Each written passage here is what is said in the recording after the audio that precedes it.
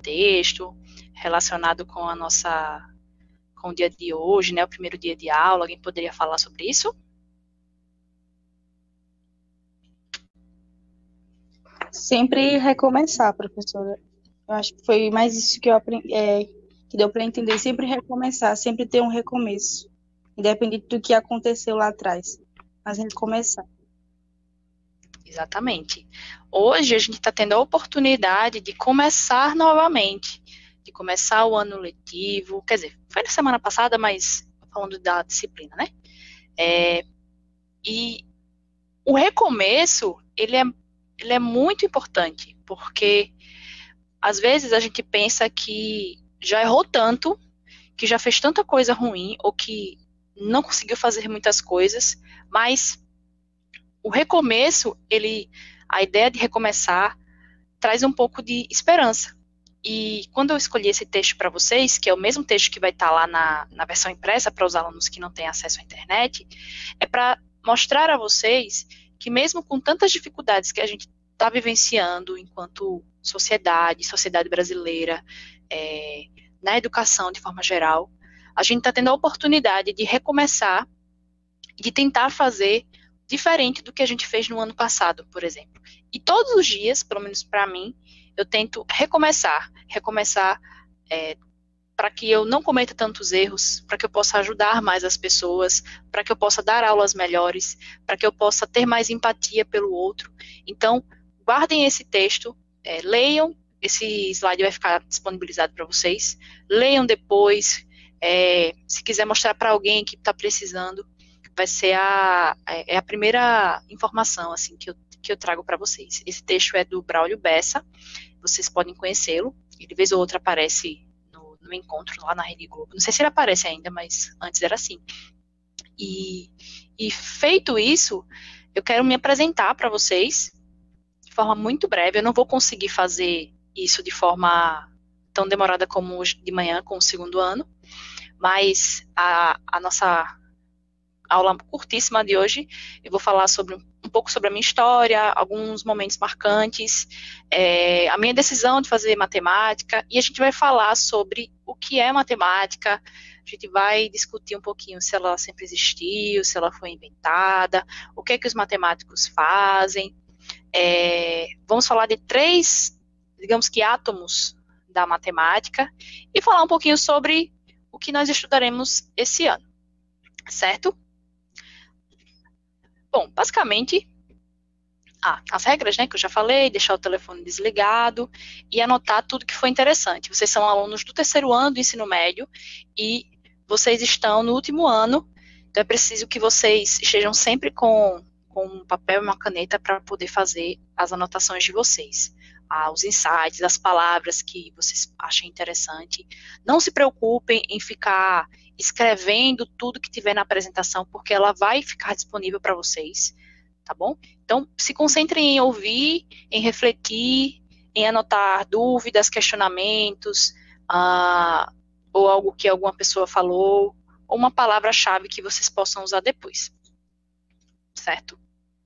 Então, para nós cumprirmos esses 2 objetivos, né, que é entender como o sucesso do outro pode nos ajudar a obtermos o nosso próprio sucesso.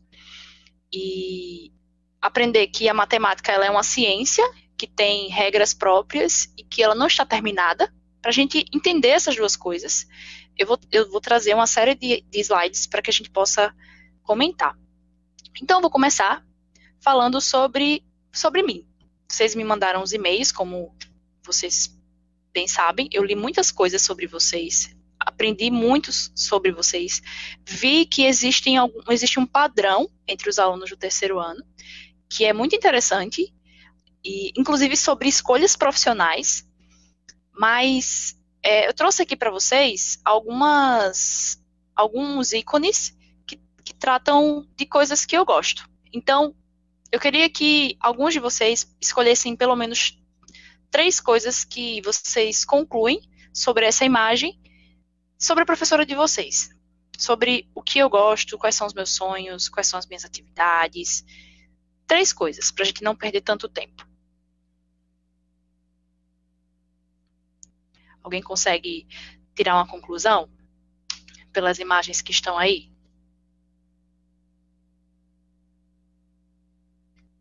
Café, eu acho que todo mundo gosta e café é bom. Gosto muito de café. E nem todo mundo gosta, infelizmente. Os livros. Os livros eu gosto muito de ler, certo? Inclusive, ó, vou mostrar aqui pra vocês. Tá vendo aqui? Deixa eu ver se tá dando pra ver aí. Estão vendo? Ou não? Sim. Tá meio bagunça, mas eu gosto muito de livros. Esse daqui do meio são só de matemática, esses aqui. Eu tenho uns aqui que Meu Deus! eu tô tentando ler, todos esses aqui eu comecei a ler, mas não terminei. E, enfim, gosto muito de ler. E uma última coisa, uma última informação que vocês possam tirar daí. YouTube. Família também. Família. Isso. Eu tô procurando. Achei o chat. Eu sou uma pessoa muito assim de programações em família. Eu não saio muito. Eu já não saía tanto, né? Mas aí com a pandemia aí não deu mesmo. E eu passei a valorizar muito os momentos em família. Tipo, eu pretendo morar sozinha daqui a um tempo. Tudo indica, meu apartamento já está sendo construído. Mas eu gosto muito da ideia da família. Eu tenho a sorte de ter uma família que a gente não tem tantos problemas assim como eu observo em muitas pessoas, mas eu valorizo demais esses momentos e eu sei que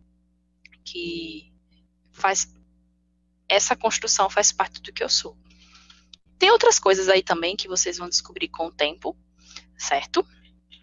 Então, eu sou uma pessoa complexa, Atos. Tá bom. Vamos ver se eu sou uma pessoa tão complexa. É? Por que é uma pessoa complexa? Porque não tem uma palavra que consiga definir pessoa alguma de uma maneira só. A senhora tem vários gostos, isso deixa a senhora uma pessoa complexa. A senhora tem gosto para várias coisas, para livro, Aí eu posso dizer que vocês são muito complexos o que a também. senhora gosta, a maneira como a senhora faz as coisas na vida, tudo isso faz a pessoa ser complexa, porque não tem como a pessoa ser simplificada para ser resumida de uma maneira só. Excelente, muito bom. Eu estou anotando a participação de vocês, viu? Muito bem. Tem mais coisas que com o tempo eu vou deixar vocês, vai ficar no ar. Em resumo, eu tenho 26 anos, eu sou formada em matemática pela UFAL, eu gosto muito de aprender coisas novas e atualmente eu também estudo, eu sou aluna da USP e vou começar o mestrado em matemática, acredito que no final desse mês ou no mês seguinte. Então, essa parte aqui tem sido muito, muito interessante para mim e faz parte de um sonho, tá? Da mesma forma que vocês têm sonhos e objetivos, eu também tenho e eu tenho buscado muito os sonhos que eu tenho, certo? Então, a primeira coisa que eu queria dizer para vocês é que a gente precisa desmistificar uma ideia de que quem faz matemática é uma pessoa antissocial, é uma pessoa que não sabe conversar, é uma pessoa que não sabe se expressar, ou que seja uma pessoa chata. Na verdade, muitas pessoas gostam de matemática e fazem matemática. Essa aqui é uma foto de uma das turmas lá da universidade. Aqui, faz muito tempo essa foto, acho que foi em 2016. E essas duas fotos, aqui foi quando eu estava no início e aqui foi quando eu me formei, eu colei grau, mostra assim a essência de que para a gente aprender matemática, a gente precisa conversar com as pessoas. Isso pode ser um pouco contraditório, mas a primeira lição que eu quero trazer para vocês, a gente precisa conversar mais sobre matemática, a gente precisa matemática como com a mesma seriedade e com a mesma intensidade, por exemplo, que vocês discutem um tema de política ou um tema de sociologia, um tema de história, coisas discutíveis. A matemática permite isso. E como vocês são alunos do terceiro ano, a gente vai desenvolver mais isso, fazer com que vocês se expressem mais, até que isso se torne natural, ok? E vocês vão perceber que matemática, ela tem uma forma específica de de ser expressa, que é através da notação matemática, mas que a gente pode, lendo um texto matemático, escrever e conversar com outras pessoas de forma oral. Então, a gente vai trabalhar muito com língua portuguesa, né, no caso, com a professora Vanessa, e vocês vão perceber a força que existe quando a gente consegue tratar e estudar matemática dessa forma, ok? Pode ser um pouco chocante isso, vocês podem ficar um pouco incrédulos com isso, mas vamos ver se esse ano a gente consegue trazer um pouquinho dessa ideia para vocês, tá bom? E, por fim, eu trouxe aqui 2 momentos marcantes. O primeiro momento marcante foi quando eu entrei na escola, Eunice de Lemos Campos, e essa foi uma das minhas primeiras turmas. Esse foi o meu primeiro dia de professor como professora. E eu gosto muito dessa foto porque ela representa muita coisa. Ela representa o poder da comunicação. Ela representa o quanto que a gente pode crescer quando a gente conversa. Então, vamos ver se a gente consegue, esse ano, ter esse contato, mesmo à distância, por telefone. Então, vai ter dias que eu vou tentar ligar para vocês, que vocês podem falar comigo, assim, Danilo e Daniel ali, e a gente vai tentar se aproximar, não conversar por conversar. Vai ter momento para falar besteira? Vai ter momento para a gente falar sério? Muito sério? Vai ter dia que eu vou estar muito estressada e que a gente vai ter que respirar fundo?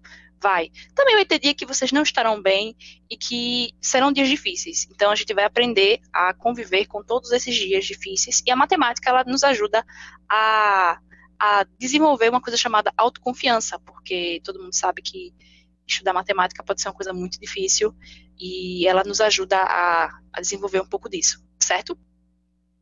E um outro momento marcante foi quando eu cortei o cabelo, que foi em 2019 ainda, no final do ano. Eu trago essa mensagem, essa imagem, porque muitas vezes a gente acha que não deve fazer algo porque várias pessoas dizem, não faça isso, não vai ficar tão legal, e a gente deixa de se expressar de maneira adequada por conta de um medo ou de um receio de ser julgado ou de ser menosprezado. E quando eu cortei o cabelo, isso para mim me marcou muito, e aí eu trouxe essa foto como uma maneira de mostrar a vocês a importância da gente buscar cada vez mais a nossa essência, buscar cada vez mais ser quem nós somos. E assim, a gente não estou trazendo aqui temáticas polêmicas, não. Eu estou falando assim da coisa simples de você, por exemplo, eu sou uma pessoa que gosta de desenhar, sou uma pessoa que gosta de escrever, e você muitas vezes fica com medo de expressar isso por medo do que as pessoas pensam. Ou, eu tenho medo de falar que eu faço matemática e que eu canto e que eu gosto de assistir e tal, porque eu tenho medo das pessoas me julgarem porque não vou me levar a sério. Um exemplo. E essas 2 fotos mostram um pouco dessa desconstrução que eu também tive que participar. Então, se isso acontece com pessoas adultas como eu, por que não vai acontecer com vocês? Então, o que vocês sentem é legítimo, é isso que eu quero dizer. Que não é besteira, e que a gente precisa aprender a trabalhar com isso. E a matemática me ajudou de uma forma muito forte. Vocês não fazem ideia de como a minha vida mudou graças a essa ciência, e eu quero trazer um pouco desse vínculo para que vocês possam escolher o que fazer da vida de vocês depois da escola de uma forma mais livre, entendeu? Mesmo que seja música, letras, mesmo que você abra um negócio, mesmo que você queira só ficar em casa, cuidando das coisas da casa, independente, tá certo? Mas eu já falei muito de mim, para não soar ainda mais narcisista. Vamos para a nossa discussão muito rápida que a gente vai fazer agora. Eu tenho 3 perguntas para vocês e eu gostaria que outras pessoas que não falaram até agora respondessem essas 3 perguntas. Para vocês, o que é matemática? Em segundo, vocês acham que qualquer pessoa pode aprender matemática? E em terceiro, vocês acham que a matemática sempre existiu ou que ela foi inventada? Vamos falar aqui Para mim, matemática é uma forma em que o ser humano desenvolveu, que ela foi inventada para meio que auxiliar ele na vida dele. Bom, para mim, eu gosto muito de números. É uma coisa que me acalma, então eu sempre estou olhando no Google a distância da minha casa para tal lugar e tal tempo. Tudo me acalma e me faz não me importa tanto ao ponto de me preocupar. E sim, qualquer pessoa pode aprender matemática. Vamos lá. Gostei muito da resposta. Acho que você respondeu as 3. Eu vou adiantar aqui por conta do horário. E a segunda aula de vocês é da professora de artes. Então, eu preciso, mais do que nunca, fechar no tempo. Eu trouxe aqui uma definição que, se vocês clicarem no slide nessa bolinha azul, vocês vão acessar o local que tem essa definição, tá? A matemática, ela é a ciência do raciocínio lógico e abstrato. Cadê? E abstrato. E ela estuda quantidades, medidas, espaços, estruturas, variações e estatísticas. O trabalho matemático consiste em procurar por padrões, formular conjecturas e, por meio de deduções rigorosas, a partir de axiomas e definições, estabelecer novos resultados que nós chamamos de teoremas. Então, eu destaquei aqui algumas palavras que são essenciais e que vocês devem tentar refletir sobre elas essa semana. A primeira parte é que, de fato, ela é uma ciência de raciocínio lógico e abstrato, ou seja, nem tudo que a gente vai trabalhar em matemática vai ser aplicável imediatamente ou em algo do seu dia a dia, tá? Muitas coisas sim, mas nem tudo. E o trabalho do matemático é basicamente procurar padrões que possam ser justificados e verificados por princípios básicos, assim como a química, a física, a história, a geografia. A matemática, ela tem princípios básicos que nos ajudam a concluir determinadas informações, e esses resultados, eles são conhecidos como teoremas. Então, eu vou mostrar daqui a pouco, talvez na segunda parte da aula, eu vou mostrar alguns teoremas que vocês conhecem, outros que vocês não conhecem, para que a gente entenda como é que é o esqueleto da coisa. Quando um matemático ele está trabalhando, o que ele faz? Ele busca provar determinados padrões que ele tem intuitivamente ou tem argumentos convincentes o suficiente para entender que aquilo é potencialmente verdadeiro. Como assim? Tipo, são pistas, né? Você tem resultados e você, partindo desses resultados, você consegue montar um quebra-cabeça e mostrar que aquela conjectura, né, aquela informação que ainda não foi provada, ela pode ser obtida, e aí a gente tem um teorema. Em resumo, não é tão simples fazer isso, tá, pessoal? Estou falando assim a muito grosso modo, mas a essência é essa. A essência é essa. Então, quando a gente trabalha na escola com matemática, a gente vai estar vendo de forma muito mais resumida como é que o matemático trabalha. E, ao mesmo tempo, a gente vai conseguir ver ferramentas que nos ajudam a entender o mundo ao nosso redor e que nos ajudam a tomar decisões de forma mais otimizada, sabe? Sem perder muito tempo, verificar se um certo caminho vai dar certo, se outro não vai dar. Então, a matemática ajuda a gente nessa coisa também. Eu queria falar também que, nesse ano, o terceiro ano, terceira série, a gente tem um projeto que eu estou desenvolvendo com a professora de português, a Vanessa. Vocês não tiveram aula com ela, mas eu já estou adiantando que eu acho que vocês vão adorar ela. Onde a gente vai tentar aproximar esse universo a relação entre informação e matemática e tudo mais, por meio de um projeto. Quem aqui já ouviu ou ouve pelo menos um podcast? Alguém aqui ouve Eu podcast? já ouvi um bem merda. Eu já ouvi o podcast, mas não sobre esses assuntos, né? Já, professor. Eu ouço podcast. Geralmente, agências de notícias têm bastante, né? Podcasts. Um podcast é basicamente como se fosse um programa de rádio, só que a diferença é que você pode ouvir o podcast no horário que você quiser. Ele fica gravado como se fosse um vídeo do YouTube, só que ele fica hospedado em uma plataforma de áudio. Então, você pode... ele é formado por episódios, por temporadas, e a proposta, vocês estão sabendo em primeira mão, é que a gente vai construir um podcast esse ano, certo? Os egressos do ano passado, os alunos do terceiro ano, alguns foram convidados, eu fiz o convite, e nós estamos preparando os primeiros episódios do podcast com a temática de educação financeira. Por que eles estão participando? Para que vocês tenham material, para que vocês utilizem como ponto de partida, e para que a gente possa melhorar esse trabalho. O objetivo é ser famoso e ganhar milhões de ouvintes? Não necessariamente. Pode ser que aconteça? Pode. Mas o objetivo é fazer com que vocês desenvolvam essa coisa do escrever, do tirar conclusões,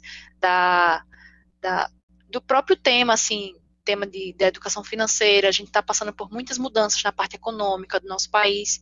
Então, esse trabalho vai complementar o que a gente vai fazer durante as aulas, e a gente vai poder usar conceitos, por exemplo, de estatística, que é um dos temas que vocês vão estudar esse ano, para construir e fazer parte desse projeto. Vai ser o legado de vocês para os próximos alunos e para outros alunos do Brasil, porque a gente vai deixar disponibilizado, o sonho é deixar disponibilizado em alguma plataforma, certo? Mas isso aí é um assunto para os próximos dias. A gente vai ter muita coisa para trabalhar. Então, continuando nessa coisa do matemático, eu trouxe aqui mais algumas perguntas para que a gente possa ir para a ideia de axioma, definição e teorema. Respondendo aí a pergunta que eu tinha feito inicialmente, né, será que qualquer pessoa pode aprender matemática? A resposta é que sim. A resposta é que sim. Qualquer pessoa pode aprender matemática. A matemática é muito extensa, ela é muito grande, então você pode aprendê-la tanto de forma básica, de forma intermediária, como de forma avançada, ou seja, trabalhando como um matemático. Na escola, nós mostramos os princípios gerais, nós mostramos, digamos que, as ferramentas. Então, se você for para a área de exatas, essa base matemática, você vai ter que aprofundá-la para que você consiga continuar os seus estudos e se tornar um bom profissional. Se você for para um curso técnico, do mesmo jeito. Por exemplo, na área de saúde, você precisa ter conhecimento de matemática básica, conhecimentos de proporcionalidade, especialmente para trabalhar com medicação, para trabalhar com dosagem de determinadas substâncias. E no dia a dia comum, você vai ter que fazer uma compra, você vai ter que verificar e prever se determinado aumento de um determinado produto ou serviço vai caber no seu orçamento ou não, se realmente vale a pena você pagar determinados tipos de desconto. Então, todas essas coisas contribuem para que vocês percebam que nós realmente precisamos aprender matemática básica e para que a gente tenha isso como foco, né? Porque se você coloca na sua cabeça que não é possível aprender matemática, você vai colocar uma grande pedra na sua cabeça, na sua frente, onde vai ser muito difícil, por mais que a gente incentive, por mais que se tenha vídeo no YouTube, quiz e tal, se você não tiver essa disposição, vai dificultar ainda mais, ok?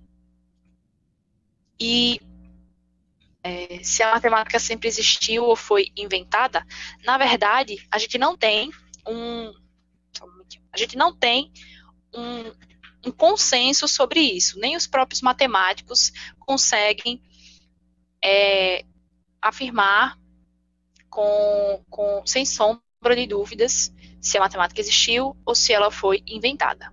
O que eu acredito é que sim, uma parte da matemática sempre esteve presente, por exemplo, a ideia de contagem, a ideia de agrupamento, né, quando você agrupa para poder fazer determinadas coisas. Mas parte da matemática, sim, ela foi criada, porque a matemática ela foi se tornando, chega um ponto da história humana que ela se torna abstrata, que é com o surgimento da álgebra, que a gente vai tratar um pouquinho, né? Porque, por exemplo, aquela matemática que você estuda de equação e tal, não sei o que, do jeito que escreve, nem sempre foi daquele jeito. Então, parte dela, de fato, foi criada, mas eu acredito que a essência dela sempre existiu. E tem até um documentário, aliás, uma reportagem da BBC, que eu achei muito interessante, em que ela fala sobre como um dos países do sistema solar foi descoberto graças aos cálculos matemáticos que os pesquisadores da época, os estudiosos da época fizeram, e com esse aparato de cálculo matemático, eles conseguiram direcionar o telescópio para um ponto do céu e conseguiram descobrir um novo planeta do sistema solar. Então, isso é uma coisa não trivial, isso é um dos exemplos mais fortes que a gente consegue dizer sobre como parece que as coisas elas se conectam, né? Tipo assim, a gente tem o costume de dizer que tinha que dar certo. Então, vocês podem ler esse artigo aqui, é só clicar no PDF quando vocês acessarem para poder fazer essa leitura. Certo? Inclusive, tem um livro aqui que fala de história da matemática. Eu vou tentar disponibilizar para vocês uma parte do material. Bom, continuando, isso, já. Pronto, vocês podem falar. Eu estou falando muito, mas eu posso botar o pé no freio, ainda tenho um pouquinho de tempo. Vocês estão comentando assim, o Jefferson disse, tipo, existe, mas a gente descobre que existe. Em parte. Mas, por exemplo, a matemática que a gente estuda na escola, ela foi desenvolvida acerca de... Parte dela foi descoberta há uns 2.000 anos, que é a geometria. Aí a parte de álgebra foi estabelecida lá em 1700 e alguma coisa, ou seja, de certa forma é um pouco antigo, né? Só a parte computacional que é mais recente, que a gente tem que ensinar para vocês. Mas é isso, tem uma parte que sempre existiu e uma outra parte que a gente pode dizer assim, eu posso dizer que a matemática moderna, contemporânea, que foi desenvolvida graças a determinadas contribuições de matemáticos muito proeminentes que conseguiram unificar as áreas. Mas é um tema para uma outra discussão, talvez uma palestra com uma pessoa mais especializada, certo? E aqui eu trouxe uma frase que é bem legal, do Paul Erdős. Ele, inclusive, ele era muito conhecido porque ele viajava e ele era uma pessoa muito excêntrica. Então, quando ele viajava para fazer as palestras, ele era uma pessoa assim, muito diferente do comum. Eu vou tentar, eu acho que eu tenho um artigo aqui que eu vou disponibilizar para vocês, só preciso achar ele, sobre a história dele. E ele fala, uma frase atribuída a ele e a um outro matemático chamado Alfred Rényi. Ele diz que um matemático ele é basicamente uma máquina que transforma café em teoremas. Ou seja, você precisa trabalhar muito, né? Porque a ideia de café significa assim, tomar muito café, que você está trabalhando muito, ou para ficar acordado. Então você tem um caminho bem trabalhoso e tem essa ideia de transformar café em teoremas. Por isso que é bem comum que matemáticos gostem de café, mas não é uma regra. Então, tem um outro textozinho aqui que vocês podem ler depois. E aqui na palavra teorema eu coloquei um outro link para vocês acessarem depois para ler um pouquinho. Todos os links são da Wikipédia. A Wikipédia tem suas falhas, né? A gente precisa conferir as fontes, mas para esse trabalho eu acho que é interessante, não tem problema assim, dar uma pincelada com a linguagem da Wikipédia, porque ela é mais simples, para que vocês tenham ela como ponto de partida. Depois, vocês podem procurar outras fontes. Ok? Muito bem. Então, a essência da aula é essa também. 3 conceitos que são extremamente importantes e que são inseparáveis. Definição, axioma e teorema. A gente já falou um pouquinho de teorema, mas vamos falar um pouquinho da definição e do axioma. Quem aqui lembra de quando criança, ou no Fundamental 1, de abrir um dicionário impresso para achar uma palavra? Alguém se lembra? Quem nunca? Quem nunca, né? Mas vai ter um tempo que vai chegar um ponto em que a geração de alunos não vai mais saber o que é isso. Alguém sabe por quê? Porque vai estar tudo digitalizado. Exatamente. Nós temos dicionários digitais? Temos. Mas essa ideia do dicionário, antigamente era assim, era obrigatório, todo aluno, pai ou a mãe, ia comprar um dicionário para o aluno, para que ele tivesse na sua biblioteca. As escolas tinham que ter um monte de dicionário. Atualmente, acaba sendo um pouco...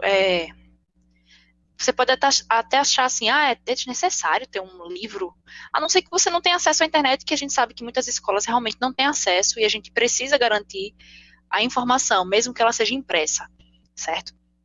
Mas lá no dicionário você vai ter verbetes com o seu respectivo significado. Até aqui todo mundo entende, né? Por exemplo, se eu colocar no dicionário pamonha, tem lá pamonha. Se eu quiser descobrir o significado de pamonha, vou lá no P, pamonha. Leison, você levantou a mão? Apertei errado. Ah, tá. Mas quem quiser falar, é só levantar a mão para eu entender que tá querendo falar, certo? É a mãozinha aqui do aplicativo, levantar a mão. Aí tem uma mãozinha assim. Então, lá, pamonha, você vai ter lá a descrição da pamonha, né? Segundo o dicionarista. Porém, em matemática, a gente não, digamos que a definição seria o significado daquele termo matemático, daquele objeto. Então, dentro da matemática é como se você tivesse um dicionário, que é um pouquinho mais complexo do que isso, mas é isso. Você tem um dicionário em que você tem uma certa palavra, um objeto, que tem o seu significado. Eu coloquei como exemplo aqui o exemplo da circunferência. A circunferência é o lugar geométrico de todos os pontos que estão a uma mesma distância de um ponto dado. Isso aqui é uma definição. Se você quiser, em matemática, se eu quiser dizer para vocês o que é um triângulo, o que é um quadrado, o que é uma equação, você vai ter uma definição, seria o significado dessa expressão. E, em geral, você pode ter, como posso dizer, é como se dentro de cada sub-área da matemática você tivesse dicionários diferentes. É uma coisa meio louca, mas é meio que assim que acontece. Deixa eu ver. Tem umas 10 minutos, é isso? Ou já terminou? Temos 10 minutos. Beleza. O axioma ou postulado, ele é uma sentença matemática que você não prova ela, mas você sabe que é verdade. E aí eu coloquei um exemplo aqui de um postulado muito famoso, que é o quinto postulado de Euclides, que ele fala assim. Você tem uma caneta aqui que está representando uma reta, tá certo? Aí você pega um ponto que está fora dela, aqui. Aí esse postulado fala que, passando por esse ponto, só tem uma reta que é paralela a essa. Entendeu? Só tem uma reta passando por esse ponto que é paralela a essa de baixo. Isso é um postulado. Aí você pode pensar, será mesmo? Será que é isso mesmo? E de fato é, mas é um postulado. Ou seja, você não demonstra isso. Inclusive, foi tentado se demonstrar, porque ela tinha muito cara de teorema, esse axioma, mas não foi provado e, pelo contrário, foi descoberta uma outra geometria tentando se provar esse axioma, como se fosse esse teorema, mas não é teorema. E, finalmente, utilizando definições e essas verdades que a gente aceita como verdadeiras, a gente não prova, a gente só aceita que elas são verdadeiras porque não existe dúvida de que elas sejam falsas. Nós provamos os teoremas. Desculpa, nós provamos conjecturas que são chamados de teoremas. Então, uma sentença é uma conjectura, e quando você prova essa conjectura, ela se torna teorema. Ela é promovida a um teorema, certo? Você pode estar se perguntando, professora, para que você está falando de tudo isso? Porque nós iremos trabalhar com diversas coisas em que esses 3 conceitos estarão no sangue, tem que estar no sangue, certo? E eu trouxe aqui para vocês 3 exemplos de teoremas que são bem conhecidos, e um deles vocês vão estudar esse ano. O primeiro é o teorema de Pitágoras, né? Que é aquele lá do triângulo retângulo, que você pega a hipotenusa ao quadrado e diz que é igual a um lado ao quadrado, mais o outro lado, no caso o cateto ao quadrado. Só que esse resultado só é válido se o triângulo for retângulo. Aí você pergunta, bom, o que é um triângulo retângulo? Aí você tem uma definição que diz para você o que é um triângulo retângulo. Um triângulo retângulo é um triângulo que possui um ângulo que mede 90 graus. Mas o que é ângulo? Aí você vai ter uma definição que diz para você o que é um ângulo. O que é um triângulo? Você vai ter uma definição que vai dizer o que é um triângulo. Entendeu? Então você constrói a teoria partindo dessas definições, que é como se fossem os átomos da matemática, digamos assim, a grosso modo. Tem um outro aqui, que é a quantidade de soluções de uma equação de segundo grau. Isso aqui é uma parábola. Eu acredito que vocês já conhecem, já tenham visto essa função aqui, correto? Sim ou não? Eu vi, mas não sabia que era isso. Isso aqui é o gráfico de uma função do segundo grau. Você pega a equação lá do segundo grau, e se você plotar x igual a 1, y vai ser igual a tanto. X igual a 2, y vai ser igual a tanto. Aí, se você plotar isso, você vai ter esse desenho, que a gente chama de parábola. Aí, tem um teorema que fala que em toda equação de segundo grau, ela vai ter, toda equação de segundo grau, toda função de segundo grau vai ter 2 soluções, sempre, 100% das vezes. Só que nem todas as soluções serão reais. E aí, no terceiro ano, eu vou tentar trazer um pouco dos números complexos, que são justamente os números que fecham esse negócio aqui. Lembra lá quando você está resolvendo a equação de segundo grau que o delta dá negativo? Quem se lembra disso aí? Às vezes dá negativo, né? Aí vocês fazem o quê? Param. Por quê? Porque não tem raiz quadrada de número negativo. Não tem verdade. Aí eu digo, depende. Depende do conjunto que você está. No conjunto dos números reais não tem solução. Mas aí o que os matemáticos fizeram? Eles descobriram um conjunto maior em que você tem solução, que é chamado de conjunto dos números complexos. Certo? Eu não sei se vai dar tempo da gente explicar durante esse ano, mas é isso.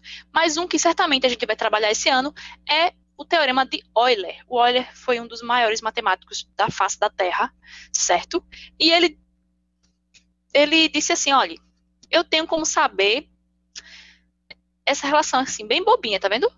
Você pega o número de faces de um poliedro, que é essa figura assim, bem bonita, esse sólido. Se você souber o número de faces e o número de arestas, você consegue saber o número de vértices. E por essa equaçãozinha aqui, ó, bem despretensiosa, mas ela é absurdamente difícil de ser provada, é não trivial. Inclusive, a gente não dar essa demonstração, mas eu posso dar uma referência de uma demonstração possível para o ensino médio. As coisas mais óbvias são as mais difíceis de serem provadas, certo? E aí fica como introdução para vocês. Então, no terceiro ano, o que é que a gente vai estudar basicamente? Geometria analítica, geometria espacial, estatística e números complexos. Professora, e o Enem? A gente vai revisar para o Enem, mas os conteúdos do terceiro ano são esses. Então, a gente vai tentar trabalhar para que vocês consigam... vai não ser difícil, quer dizer, difícil... É difícil sempre, mas vai ser um ano desafiador. E a minha ideia não é dificultar a vida de vocês, a minha ideia é fazer com que vocês entendam a importância de cada uma dessas áreas e a importância dessas sub-áreas para a sociedade como um todo. Então, vocês podem pesquisar já, procurar saber. Eu acho que a gente vai começar com estatística, mas não é certeza. Aqui a gente vai ter muita construção. E esses dois temas aqui, ó, aqui faltou um GEO, né? Geometria analítica e números complexos. Esses dois temas aqui, eles são mais abstratos, mas eu vou dar um jeito da gente tratar deles assim, de uma forma bem suave, para que motive mais do que desmotive. Tá certo? E por fim, eu trouxe 4 chaves aqui, que eu considero chaves de sucesso, que eu gosto muito e que eu recomendo para os meus alunos. Alguns de vocês podem estar se perguntando, mas parece ser meio filosófico isso, né? De, verdades absolutas e não sei o que e tal, mas é isso mesmo. No início, a matemática e a filosofia, elas estavam muito juntas, intrínsecas, e depois é que elas se separaram. 4 dicas para a gente encerrar. Primeiro, use e abuse do YouTube. Vocês não precisam esperar alguém dizer, vão lá estudar para estudar. Vocês podem usar o YouTube, é disponível para vocês. Segundo, aprendam a discutir, a conversar entre vocês, certo? Uma ligação, uma coisa assim, a gente vai discutir muito dessa forma. A gente aprende muito. Tenha os seus momentos de estudo individual. Até hoje, eu estudo de cerca de 4 a 6 horas por dia, porque é o meu trabalho. Então, o meu trabalho, quanto mais eu estudo, melhores as minhas aulas ficam. Só que para vocês estão no ensino médio e vocês precisam se organizar para poder não deixar a coisa no esquecimento. Então, toda vez que tiver aula, depois dar aquela revisada e se organizar. E tá sempre anotando as suas ideias e os seus pensamentos. Terminei. Finalizei. Ok? Aqui são as referências. Se vocês quiserem, algumas delas estão disponíveis aqui. As referências das imagens. E é isso, pessoal. E aí, gostaram? Sim. Sim. Beleza. Então, Tudo agora, ótimo. depois das aulas, peguem um horário e já respondam a atividade. Vocês vão ver que vai ser uma atividade bem tranquila. Leiam os materiais que estão aí. Leiam, pessoal. A gente não aprende só fazendo conta, não. A gente tem que ler, certo? Vai ter a semana inteira para ler. Gostei da senhora, mas acho que você não vai ser difícil em muita coisa. Então, eu só espero o melhor de vocês. Então, como eu posso dizer, para vocês evoluírem, eu preciso cobrar de vocês. Então, se eu coloquei para vocês lerem, porque eu acredito que vocês terão condição de fazer. E se não tiver condição, a gente vai tentar junto.